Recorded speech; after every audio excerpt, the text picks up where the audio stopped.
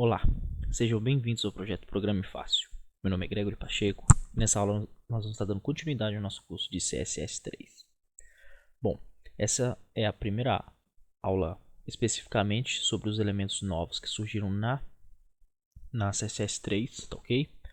A gente até já viu alguns elementos porque foram necessários durante a explicação de alguma implementação prática, mas nós vamos estar seguindo essa especificação aqui, ó. Então, a documentação da W3 School, ela fala o seguinte, né, que o CSS3 foi dividido em módulos, e onde contém a velha especificação da CSS, que também foi dividida em pequenos outros pedaços. E aqui nós temos alguns dos principais módulos, né, desses pedaços aí que a CSS3 foi dividida. Aqui nós temos alguns dos principais módulos da CSS3, né, seletores que a gente já viu, box model a gente já viu, e tem alguns novos como background borders, image values and replace contents, efeitos de texto, 3D, 2D, animação, múltiplas colunas, interface com o usuário.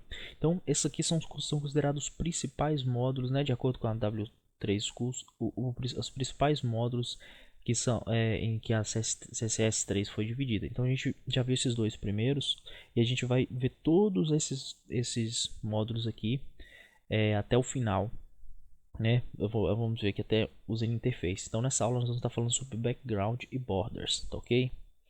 Então, a primeira especificação é a capacidade das bordas em CSS3 poderem utilizar-se de imagens. Então, através da border image, se você tiver setado, né, claro, a propriedade borda. Borda é aquela propriedade comum borda. Então, essa aqui só liga se essa aqui estiver ativada, tá ok? Então, a documentação traz o seguinte, que quase todos os browsers já são compatíveis, com a diferença que você precisa às vezes de especificar algum detalhe para algum navegador específico, né? Se a gente pegar aqui, por exemplo, um exemplo que eles têm aqui, ó, eles definem esse o border image para o Opera, WebKit border image para o Safari.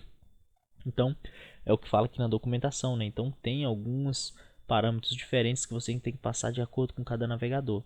Eu estou fazendo aqui, fiz uma implementação para mostrar para vocês, pura, sem nada, só usando o Border Image, e ele funcionou perfeitamente, tanto no Chrome quanto nessa minha variação do Firefox, que a Swizzle é uma variação baseada no Firefox, então é um Firefox. Rodando aqui eu vou trazer um Firefox. Então funcionou muito bem sem ter que especificar nada. Então, à medida que o tempo vai passando, que a CSS3 vai amadurecendo, os browsers vão implementando isso de forma nativa e essas coisas vão passar a não ser necessárias de acordo com o tempo. Eu não sei quando é que você vai estar assistindo essa aula, mas hoje no momento o Chrome e o Firefox funcionaram muito bem. No entanto, você pode estar especificando do jeito que tem aqui, né, para o Safari, para o Opera e para os demais browsers. Bom, então a primeira coisa interessante que a gente precisa de ver é que a gente vai passar uma imagem para virar a borda de algum elemento. Essa imagem, aqui eu vou utilizar essa imagem que eles deram de exemplo. O que acontece? O que a CSS3 vai fazer? Ela, como fosse um jogo da velha, eles vão dividir essa imagem em 9 partes, como se fosse cada um quadradinho do jogo da velha. Então ele vai pegar os cantos para os cantos da minha borda e os meios eles vão pegar e a CSS vai pegar e vai utilizar como o longo da minha borda, tá ok? Eu posso ter ela de duas implementações basicamente. Eu posso ter ela repetidamente, né? Como está aqui, colocando quadradinho por quadradinho, depois que ele cortou essa imagem 9, colocou quadradinho por quadradinho e as pontas ele fez de borda também, de forma separada. Ou eu posso pegar um único elemento e esticá-lo ao longo da minha borda. Tá ok? Eu posso variar isso aí através da propriedade round ou da propriedade stretch. Tá ok?